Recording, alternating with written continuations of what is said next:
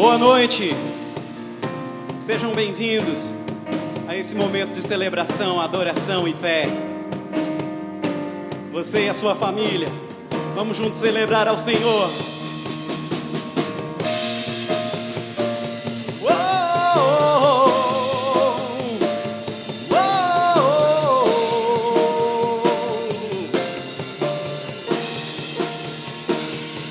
Estou subindo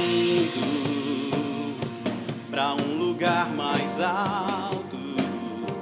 Eu já queimei as pontes com o passado, e em meus olhos vejo um futuro. Tudo novo se fez, tudo novo se faz. E dessa estrada eu não me desvio nunca mais. Estou firme, eu não me desvio nunca mais.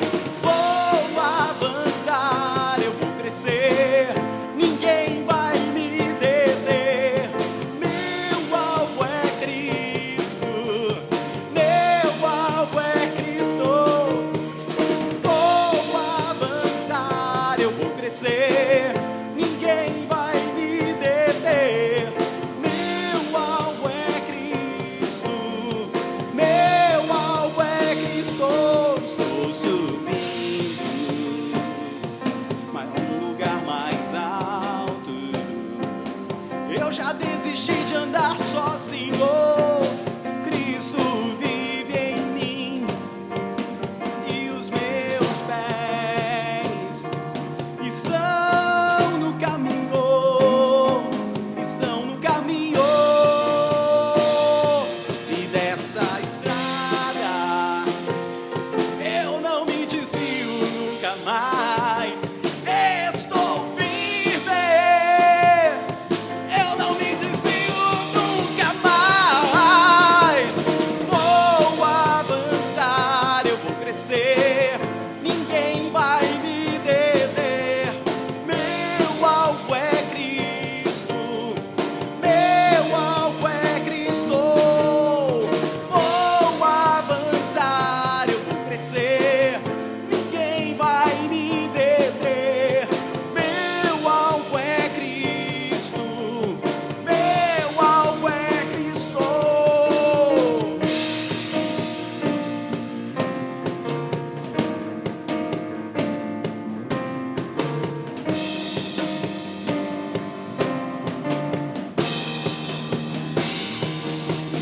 Uau!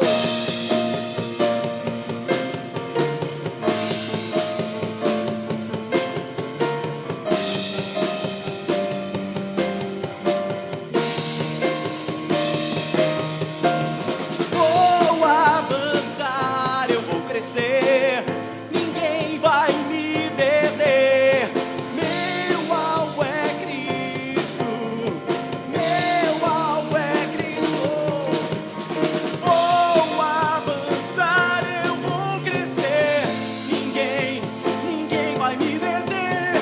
Meu alvo é Cristo, meu alvo é Cristo.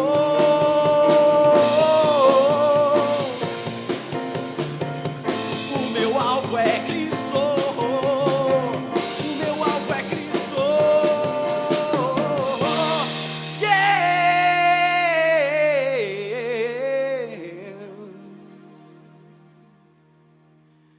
Tu és o nosso objetivo, Senhor Jesus. Não há nada e ninguém que possa nos separar de Ti, do Teu amor.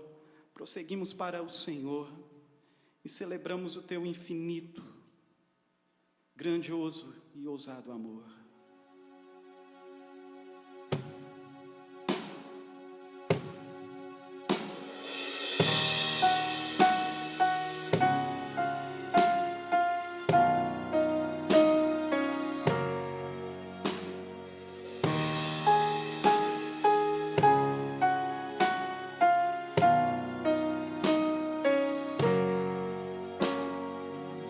Antes de eu falar, Tu cantava sobre mim.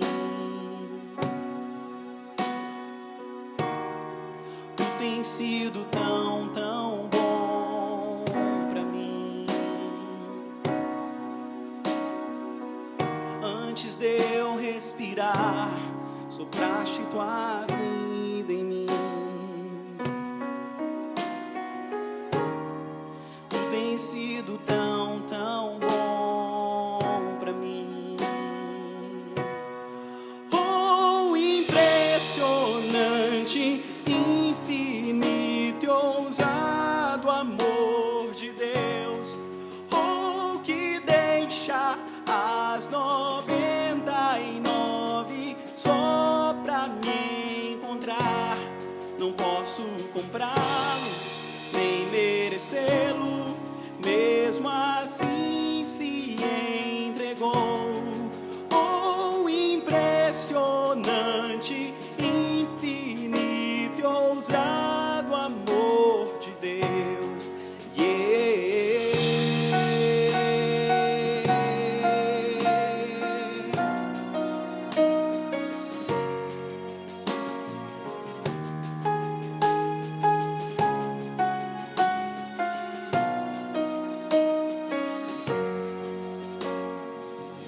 Inimigo eu fui, mas teu amor lutou por mim.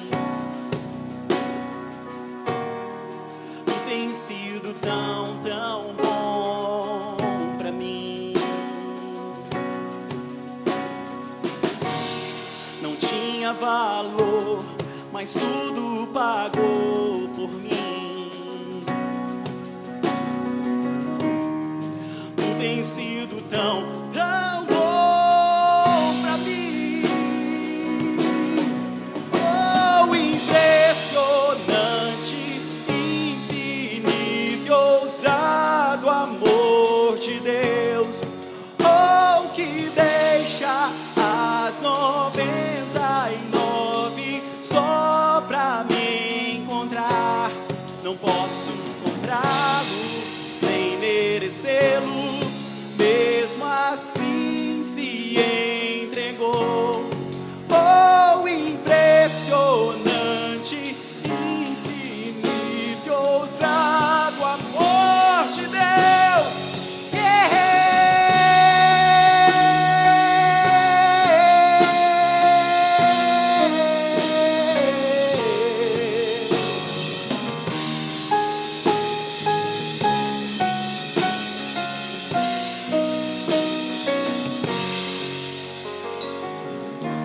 Traz luz para as sombras, escala montanhas pra me encontrar.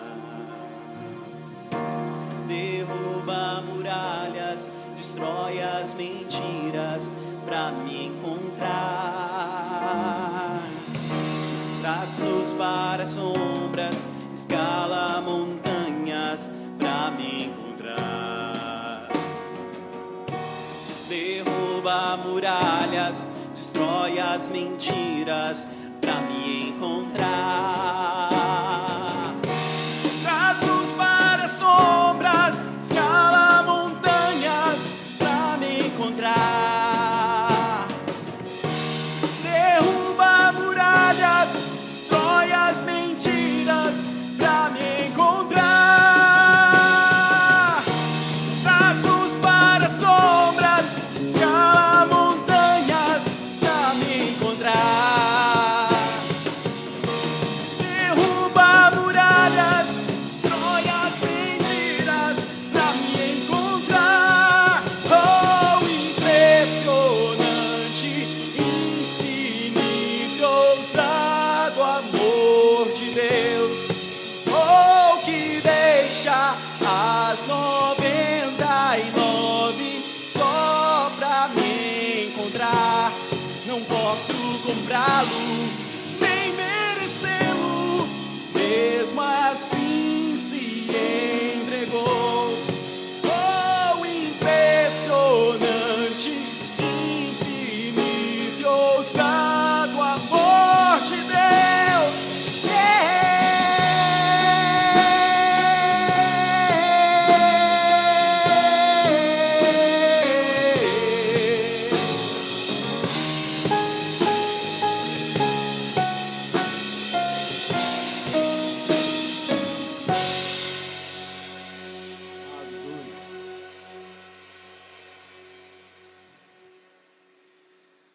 Nós temos essa alegria de estar contigo na sua casa, mas também é estranho, conversava com o Gustavo agora há pouco, a gente fazer as nossas celebrações com um auditório vazio, é de cortar o coração.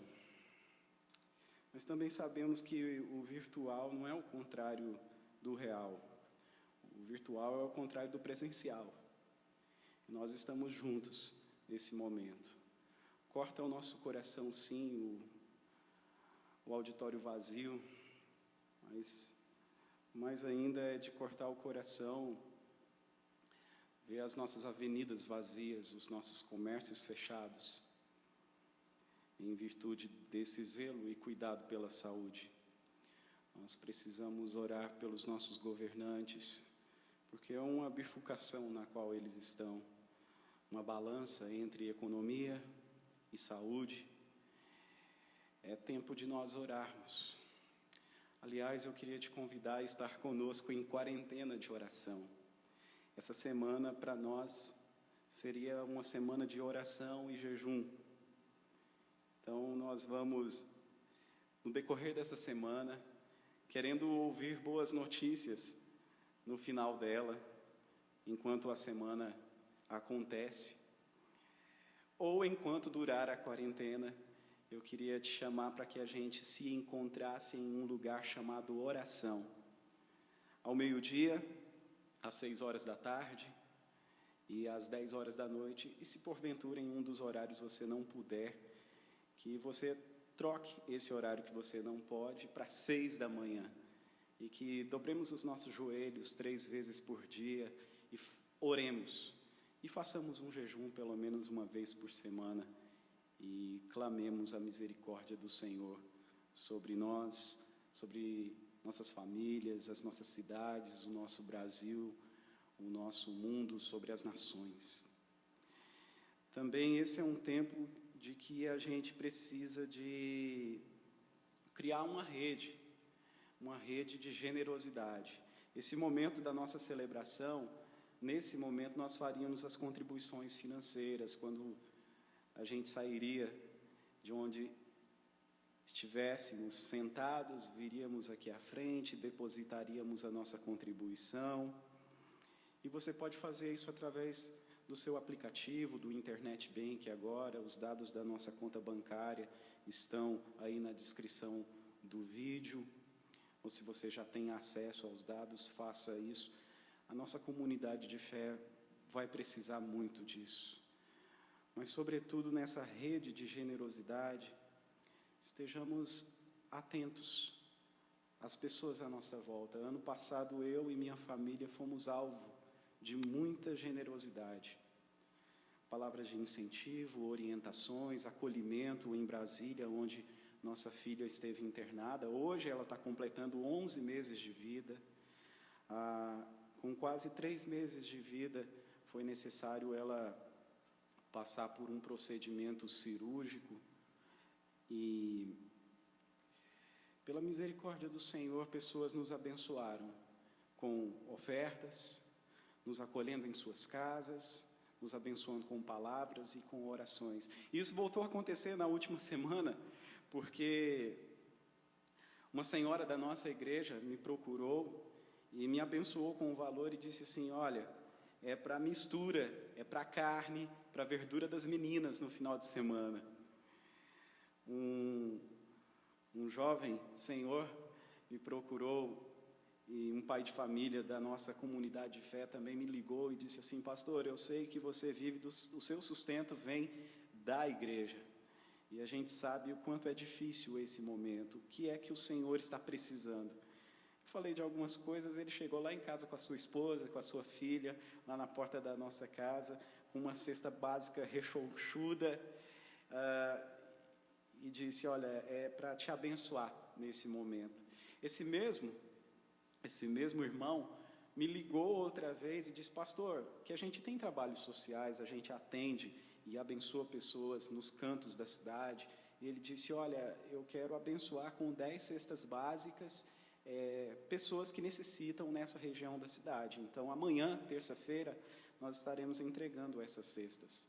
Então é importante que a gente crie essa rede de generosidade, não somente no que diz respeito de contribuição para a comunidade de fé, mas também que nós estejamos atentos a pessoas à nossa volta que são microempreendedores, comerciantes, pessoas que trabalham no comércio e vendas informais e que vão precisar em algum momento do nosso auxílio, pessoas que tiveram que sair correndo das suas casas na última sexta-feira, diante da enchente, da chuva mais forte que ocorreu aqui na cidade de Anápolis.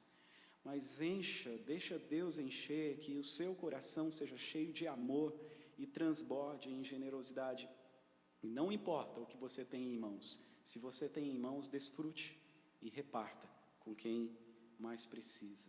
Eu queria orar nesse sentido com você que está conosco agora. Nós acabamos de cantar, Senhor, que o teu amor é infinito,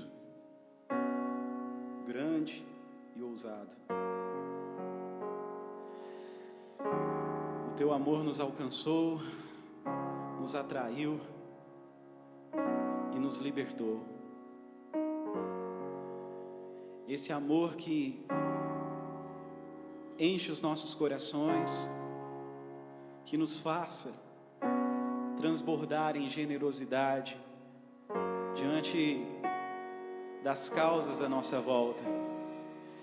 Não há nada que temos na mão que antes o Senhor não tenha nos dado. E nós queremos desfrutar, te dizer muito obrigado. E queremos, com esta mesma gratidão, sermos usados por Ti, Deus, da maneira que Te agrade, para abençoar pessoas e vidas, para a glória do Teu santo nome. Nós oramos, apresentando, Deus, cada um dos trabalhadores informais, os microempreendedores e comerciantes. Apresentamos, ó Deus, as nossas autoridades, as decisões que eles têm tomado, as sugestões que têm apresentado. Senhor, que ao deitar e ir dormir, os nossos governantes tenham a consciência tranquila de que suas decisões estão tão somente pautadas na justiça, na promoção da justiça, da paz e da alegria para o povo.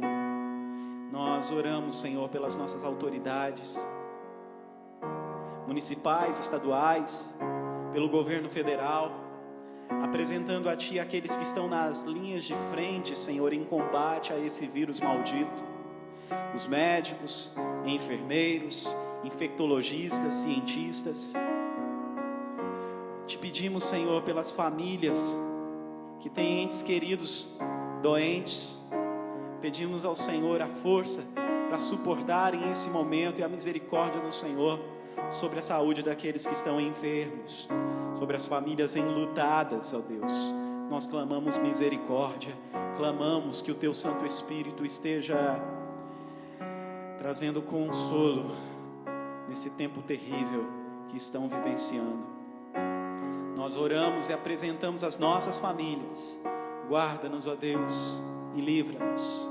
Livra-nos inclusive do egoísmo e da maldade, e leva-nos a sermos um povo rico em fé, que opera em amor, fé e boas obras, para a glória do Senhor.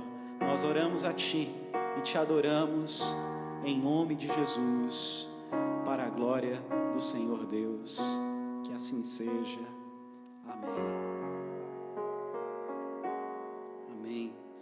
Nós vamos ler as Sagradas Escrituras hoje em Mateus capítulo 18. Se você tem a sua Bíblia, pegue ela agora e vamos conferir o texto, você e sua família.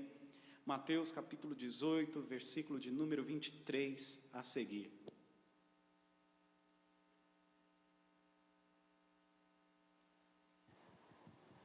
Por 32 vezes o Evangelho fala de parábolas. Jesus usa as parábolas, que são histórias do cotidiano, mas que trazem consigo revelações sobre o reino de Deus. Algumas delas, em algumas das parábolas, Jesus diz: o reino de Deus é. E nós vamos usar essas parábolas, estamos usando essas parábolas para entendermos o reino de Deus. Os discípulos de Jesus são considerados por Cristo como bem-aventurados, porque a eles são revelados os mistérios do reino de Deus. E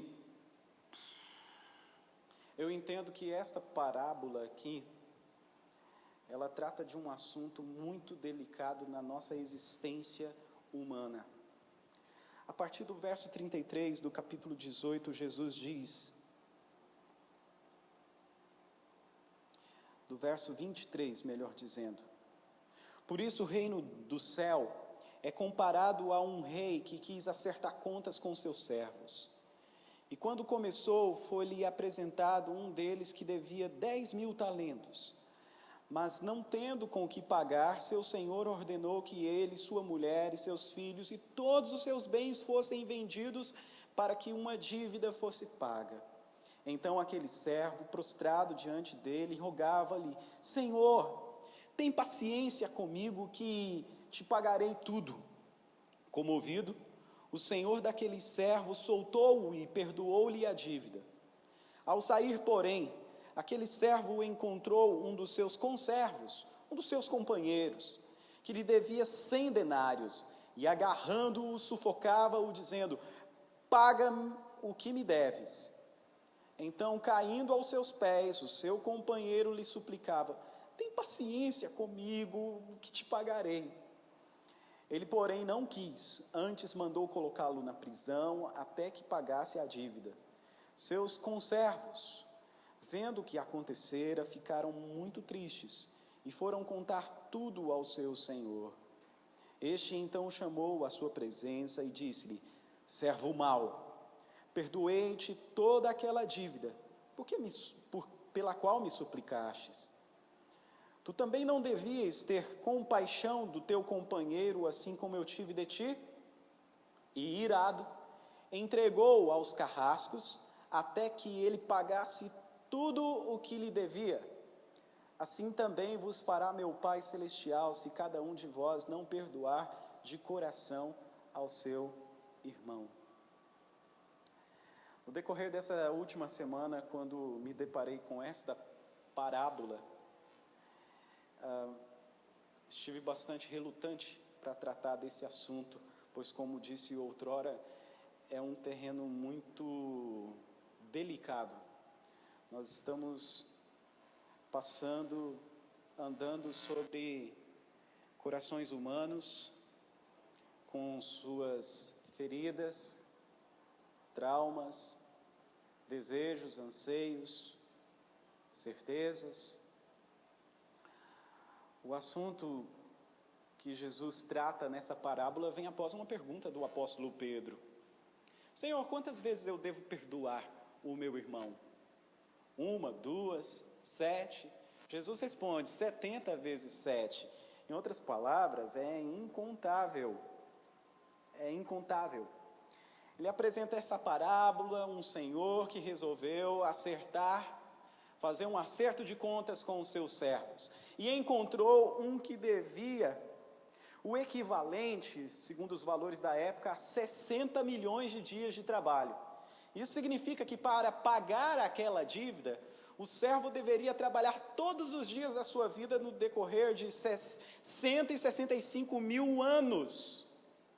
Em outras palavras, a dívida era impagável. Ele clamou misericórdia e o Senhor perdoou a sua dívida. Foi para casa, se encontrou com o seu companheiro. E quando esse Senhor, que acertou contas com seus servos, perdoa a dívida desse homem, Jesus está nos mostrando o tipo de relação que nós temos com Deus. A nossa relação com Deus não depende dos nossos critérios, pois jamais conseguiremos pagar as dívidas que temos com Deus. O nosso relacionamento com Deus depende apenas, tão somente, da elegância que Ele, o Senhor, nos tem ao perdoar. Perdão é conceder ao outro a oportunidade de continuar vivo, livre e presente em nossa vida, apesar das dívidas impagáveis que foram contraídas conosco. Dívidas que eu contraí contigo, que estão ao meu alcance, eu vou pagar. Se eu bati no seu carro e amassei a porta do seu carro, eu vou pagar. Mas quando essas dívidas se tornam um montante que não consigo, que estão além do meu alcance, a única escolha que você pode ter comigo é ter misericórdia de mim e me perdoar. Ou a gente escolhe perdoar, ou a gente cai numa prisão de mágoa, ressentimento, ódio e desejo de vingança. Perdão é anular a dívida para deixar o outro vivo, livre e presente em nossa vida. Perdão é o recurso que Deus usa para permitir que as pessoas que contraíram entre si dívidas impagáveis possam continuar se relacionando. E quando não há perdão, não existe continuidade de relacionamento, de relação. Perdoar é dar vida, é dar liberdade. Perdoar é dar liberdade aos devedores, mas não somente, como também a nós mesmos. E os discípulos de Jesus são chamados a perdoar, porque também sabem que precisam do perdão. O perdão vem de encontro ao que nós temos de pior e cultivamos de pior em nossa alma, que é o nosso orgulho. A expressão que ambos os servos ou os devedores usaram é: tenha paciência comigo, que me faz lembrar de um seriado mexicano da década de 70, em que o principal personagem sempre está dizendo: ninguém tem paciência comigo, ninguém tem paciência comigo. Tenha paciência. A experiência do perdão é um golpe fatal no orgulho humano. Poucas coisas nos humilham tanto quanto o perdão que nos é concedido. E isso, em primeiro lugar, porque é preciso admitir que temos uma dívida impagável.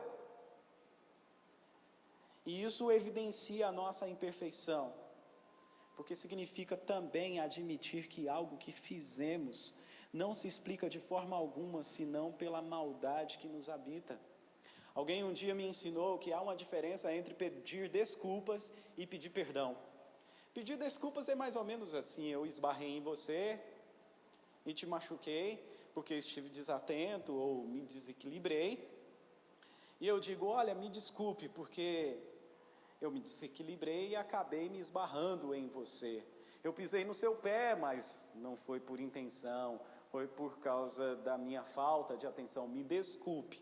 Desculpa é terceirizar a origem do mal que ocorreu ao outro, ou que foi feito ao outro. Agora, perdão não. Perdão é assumir o ônus. Eu pisei no seu pé porque eu tinha vontade de te machucar mesmo. Eu empurrei você para chamar a atenção e te machuquei.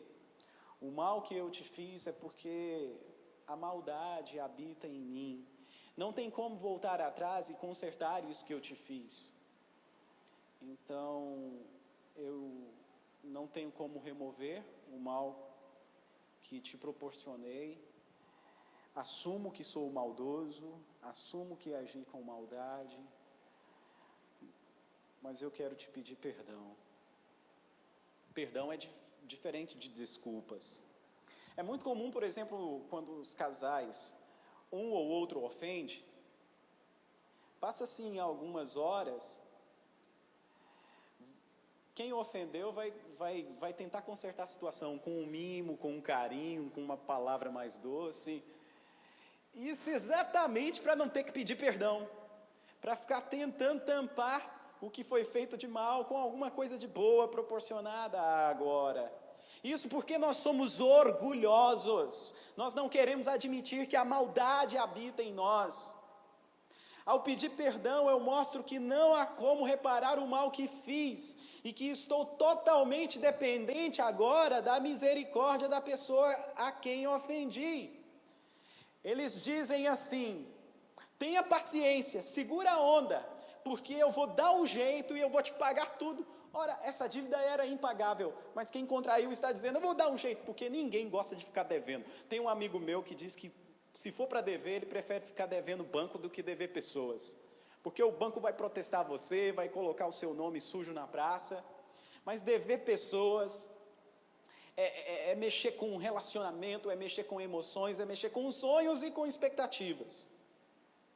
Ninguém gosta de ficar devendo favor aos outros. Nós estamos inseridos na cultura do mérito, da meritocracia.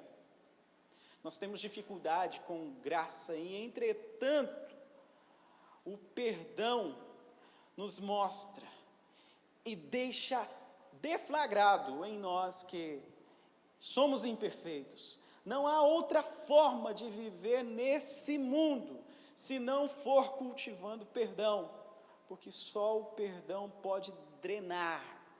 Ouça isto, só o perdão pode drenar o veneno do orgulho que há no coração humano. A mágoa, a amargura, o desejo de vingança, o ódio, faz com que nós tomemos veneno, esperando que o outro morra. Ou a indiferença, o orgulho, o não admitir o mal que está se proporcionando ao outro, é injetar veneno nessa relação até que ela vá a óbito. Por que então essa parábola que Jesus trata sobre perdão começa com um acerto de contas? Por que a Bíblia Sagrada diz que o ofendido tem que procurar o ofensor e apresentar-lhe a ferida que foi causada? Por pelo menos duas coisas. A primeira é que esse acerto de contas preserva a dignidade da pessoa ofendida. A ferida que hoje é causada a você e não é tratada, ela vai voltar a ocorrer, e com mais intensidade. E a dignidade de quem foi ofendido, ela vai sendo diminuída, até que esse relacionamento se torne tóxico. Quando as fronteiras da dignidade das pessoas que se relacionam é ultrapassada, aos poucos a pessoa ofendida vai se tornando coisa e objeto do outro.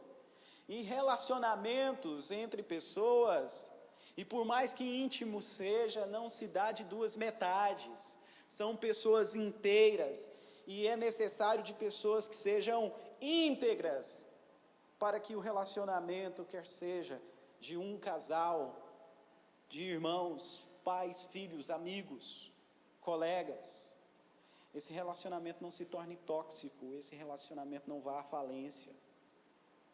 A importância do acerto de contas está nisso, a preservação de quem foi ofendido, mas também a dignidade daquele que ofendeu. Ambos serão tratados. O acerto de contas dá ao ofensor a oportunidade dele enxergar a sua conduta, porque talvez o procedimento dele que esteja ferindo o ofendido não seja somente com essa pessoa, mas com tantas outras à sua volta.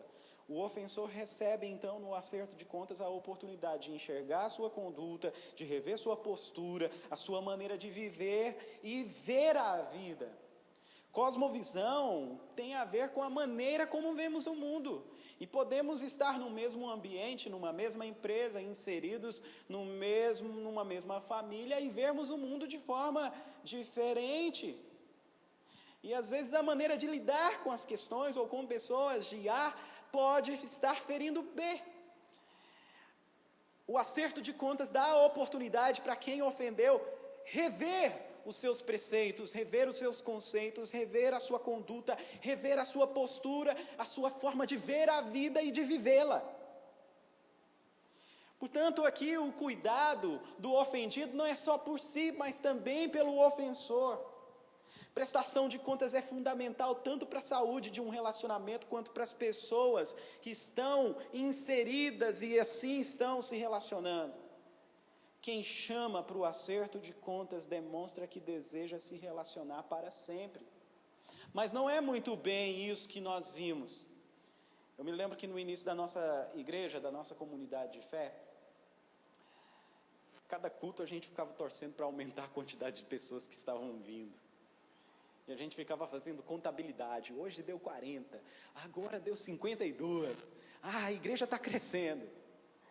E o que mais me incomodava era pessoas deixando a nossa comunidade de fé nos seus primeiros anos. Existia entre nós um rapaz com ideias sobre o evangélico que para mim eram muito excêntricas. E sempre que ele falava de alguma ideia sobre o evangelho que era excêntrica, eu desconversava para não entrar no mérito da questão, porque não queria perder ninguém, não queria que ninguém saísse da nossa igreja. Por cargas d'água, esse rapaz saiu da igreja. Aí depois eu estava trabalhando um dia e ele veio aqui para a gente conversar e veio com as suas ideias excêntricas sobre o evangelho. Eu disse para ele assim, eu não sou seu pastor mesmo, agora eu vou te falar a verdade, vou te falar o que eu penso. Não vai afetar em nada, você não vai sair da igreja mesmo, porque já saiu, então eu vou falar a verdade para você agora. Geralmente as pessoas vão segurando, e dizem umas para as outras, agora eu vou te jogar na cara, eu vou falar a verdade, quando elas vão meter o pé na porta e sair da relação. Isso não visa preservar o relacionamento, não visa tratar a pessoa, porque se fosse para tratar, continuava. Agora eu vou ser sincero contigo, quando vai falar um monte de coisa pesada e sair do relacionamento. Não se acerta ofensas com mais ofensas. Não se trata uma questão na relação cuspindo o outro para fora, é o que Jesus chama no Sermão do Monte, de chamar o outro de louco, de chamar de raca, que é o raspar gutural da garganta para cuspir algo para fora. Está escrito, não matarás, mas se você chama o seu irmão de louco, raspando a garganta para cuspi-lo para fora de si, está na mesma condição de um assassino.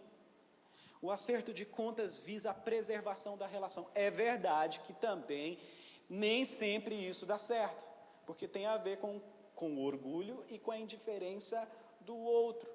É aí que Provérbios nos ensina que a palavra tem que ser certa, do jeito certo, no momento certo, a pessoa e a receptividade certa para o que for colocado. É a leitura dos relacionamentos para que a gente viva de uma maneira melhor no convívio com o próximo. E o desfecho dessa parábola traz assim algo no mínimo surpreendente para nós. Jesus fala que o servo perdoado não perdoou o seu companheiro de uma dívida bem menor que a que ele havia contraído com o seu senhor. O seu senhor ficou sabendo e o chamou no outro dia e revogou a dívida que tinha pagado por causa do servo que fora perdoado não ter também perdoado o seu companheiro. O que Jesus simplesmente nos apresenta é a possibilidade da revogação do perdão que fora concedido. É exatamente isso que ele está falando. Esse desfecho aqui nos ensina que a experiência do perdão tem as suas consequências. Como assim? Deus ontem rasgou a dívida que eu tinha com ele, jogou os papéis na lixeira e hoje viu a minha postura, pegou o papel na lixeira e começou a colar tudo de novo? É por aí mesmo, porque o perdão ele tem os seus desdobramentos na vida daquele que fora perdoado. O perdão nos mostra que haverá preservação de quem foi ofendido, mas também haverá transformação na conduta e no caráter do ofensor. E se não houve mudança, transformação na conduta e no caráter do ofensor, a graça de Deus está sendo banalizada.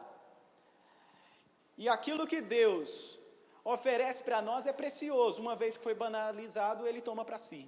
Jesus disse isso quando falou para os seus discípulos pregarem nas aldeias. Ofereçam a paz. Se as pessoas não receberem a paz, virem as costas e vão embora e a paz volta para vocês. Mas Jesus diz que não se deita aos cães aquilo que é precioso e não se joga aos porcos as suas pérolas.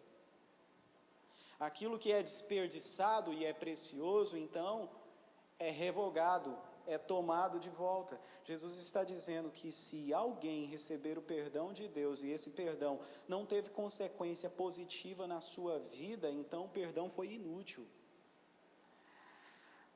A graça de Deus é imerecida, é o favor que nenhum de nós merecemos, mas a graça de Deus não é incondicional.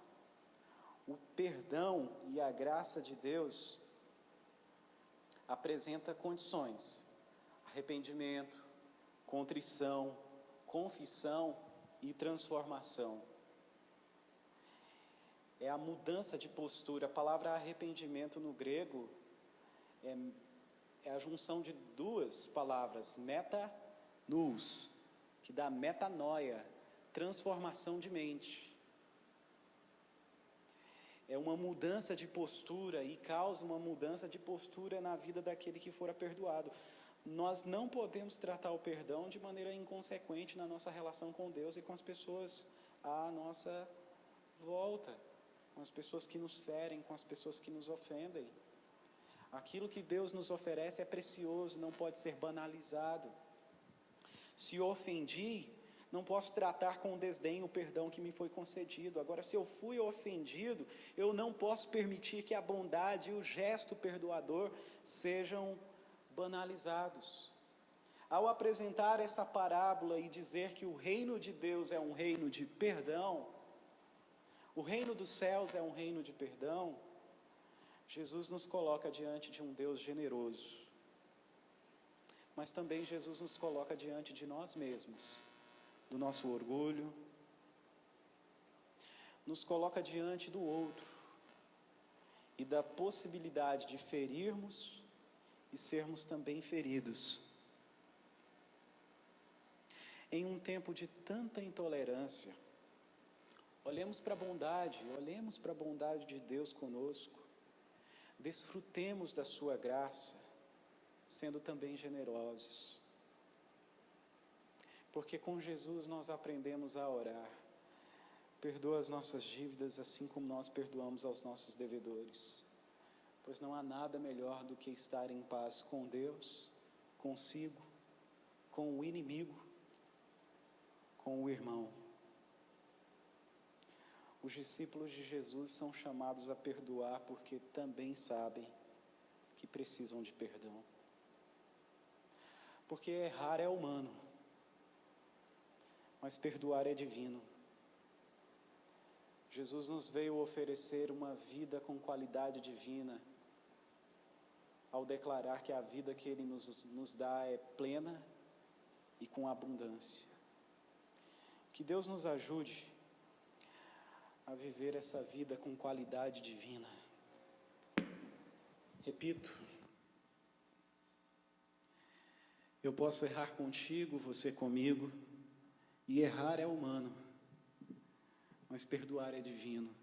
Que a gente viva a vida que o Senhor nos ofereceu e que o reino de Deus transforme todas as esferas da nossa existência de ser humano.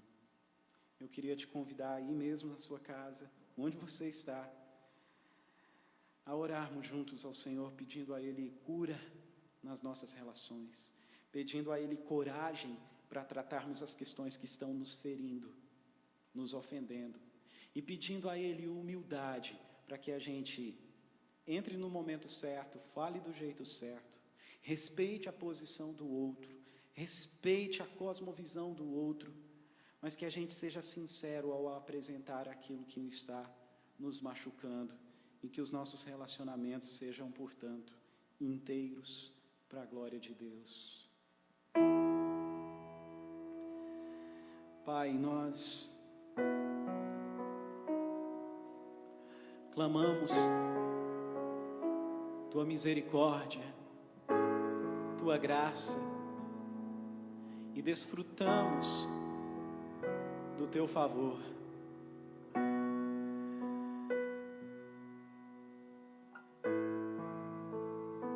Mas o Teu favor, o Teu amor e a Tua graça, Senhor, desnuda o nosso orgulho, a maldade que habita em nós.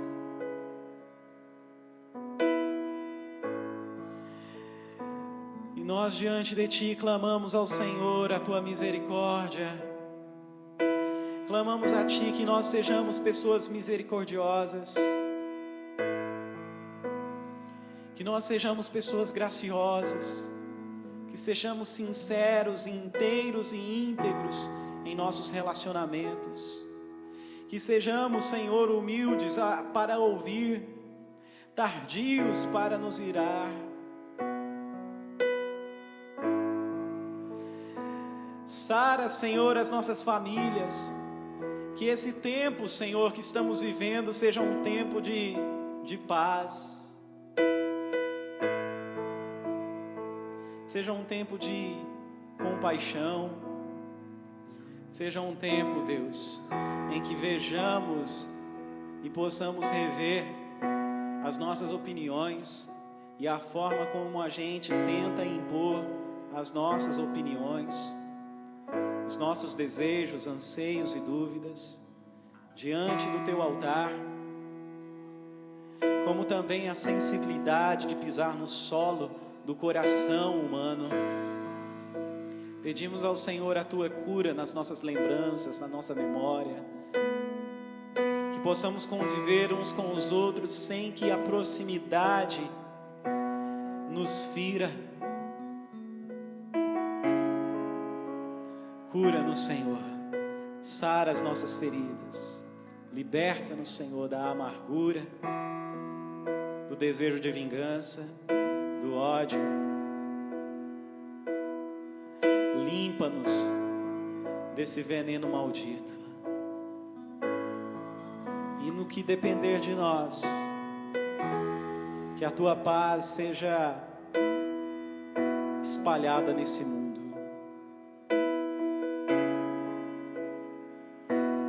Dá-nos, Senhor, da Tua paz e faça-nos promotores da paz. Dá-nos da Tua graça e faça-nos promotores da mesma. E que o Teu perdão que a nós foi concedido seja também vivenciado nas nossas relações.